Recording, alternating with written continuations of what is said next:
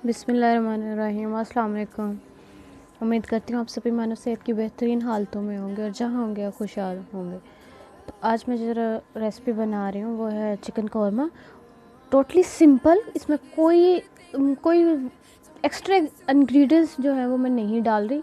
Simple मिर्च और नमक के साथ बना रही हूँ, तो आप लोग भी बनाएं और एंजॉय करें।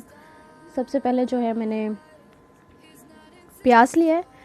प्याज चिकन में बहुत सारे लोग जो हैं वो थोड़ा सा डालते हैं, लेकिन मैं थोड़ा ज़्यादा डाल रही हूँ।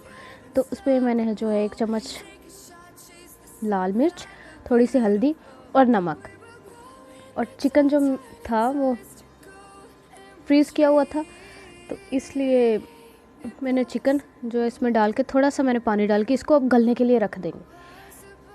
आप इसको कुकर में सिर्फ 5 मिनट के लिए कर लें तो चिकन तो 5 मिनट में हो जाएगा। तो इसके लिए ये जो है ये बेसिकली है राइस कुकर, लेकिन इस पर भी 5 से 7 मिनट लगते हैं इसमें भी।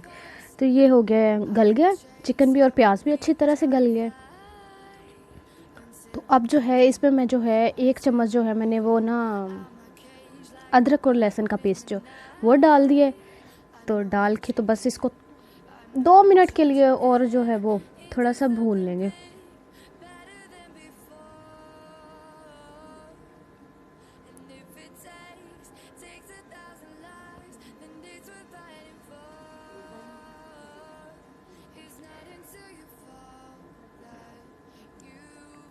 अब जो है इसमें ये बिल्कुल प्याज भी गल गया और चिकन भी, इसमें मैं थोड़ा सा गरम मसाला जो है वो डाल दिया और इसमें थोड़ा ऑयल डाल के तो इसको बस भून लेंगे और सिंपल। और ये इसके बाद ये बिल्कुल तैयार हो जाएगा, आप इसको खा लें।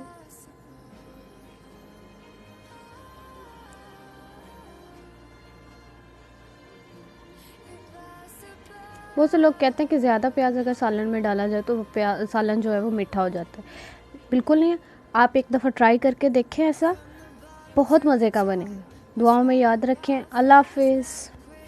प्लीज़ चैनल को लाइक, शेयर और सब्सक्राइब को करना मत भूलें।